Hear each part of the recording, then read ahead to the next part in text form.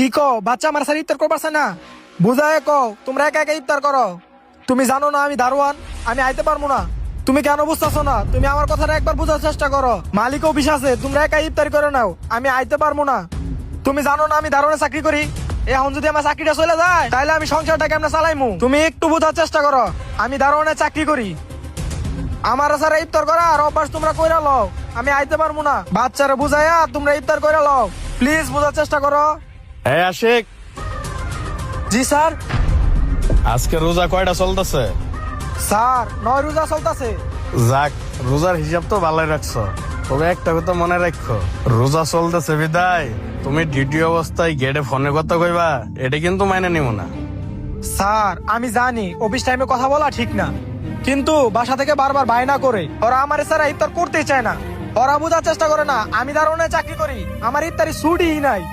তুমি যেই কথা বলো না কেন, তুমি তো অপরাধ করছোই। এক কাজ করো, তোমাকে অফিসে ডাকলে পরে ভিতরে অফিসে আইসে পড়ো, আর জীবন সাহেব তাকে লয়ে আসেন। ওই আও, আবেগ দেখাতে এসে পরিবারের লগে ইফতার করবো। হ্যাঁ, আজকে পরিবারের লগে ইফতার করতে গিয়া চাকরিটা হারাই ফেলাবি। আয় সারা ডাকায়। স্যার আমার ভুল হয়েছে, আমারে মাফ করে দেন স্যার, আমার চাকরি থেকে বাইক করেন না। কোনো ক্ষমা নেই, সারে ডাকছে। আয় আমার সাথে আয়। তো আশিক সাহেব, তুমি তো রুলস ভাঙছই। গেটের সামনে ফোনে কথা বলছিলা অফিস টাইমে। তো এখন তুমি বলো, তোমাকে কি শাস্তি দিব? স্যার আমি জানি আমি অফিসের রুলস ভাঙছি, আমার স্ত্রীর জন্য এরকম হইলো। আমি তারে বলছিলাম আমি ডিউটি অবস্থায় কথা বলতে পারবো না, তারপরও কথা বলা লাগলো। স্যার আমি আপনার বলতেছি এরকম বলা আর আমি কখনোই করবো না। স্যার এবারের মতো আমারে মাফ করে দেন। তুমি যাই বলো না কেন, তুমি যে অপরাধ করছো এটা কিন্তু মারাত্মক অপরাধ। এখন তোমাকে বলতেছি, তুমি যদি নিজে শাস্তি নাও তাহলে হয়তো বা সহজ হবে, আর যদি আমরা শাস্তি দিই তোমাকে তাহলে কিন্তু অনেক ভয়ঙ্কর হবে।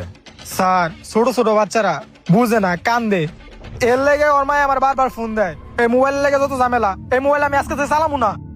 স্যার এখন যদি রমজান মাসে আমার চাকরিটা চলে যায় আমার ইটটাও করা হবে না স্যার। হয়েছে হয়েছে, তোমার এই নেকা কান্নায় আমাদের মন ভরতেছে না। পানিশমেন্ট তো তোমাকে দিতেই হইব। কি বলেন জীবন সাহেব? ঠিক ঠিক, সারা যেটা বলছে একদম ঠিক। স্যার আপনার নিজের হাত দিয়ে আরে পানিশমেন্ট দেন। আচ্ছা দাঁড়ান, এই নাও, এখানে কিছু টাকা আছে, তুমি বাসায় এগুলা নিয়ে ফল ফলান্তি কিনে নিয়ে যাইবা, সাথে ইফতার টিফতার যা লাগে সবকিছু কিনে নিয়ে যাইবা।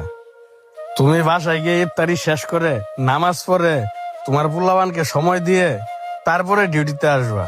এটাই তোমার পানিশমেন্ট। হ্যাঁ, সারা যেটা বলছে ওটাই ঠিক। নাও নাও। স্যার আপনি যে শাস্তিটা দিলেন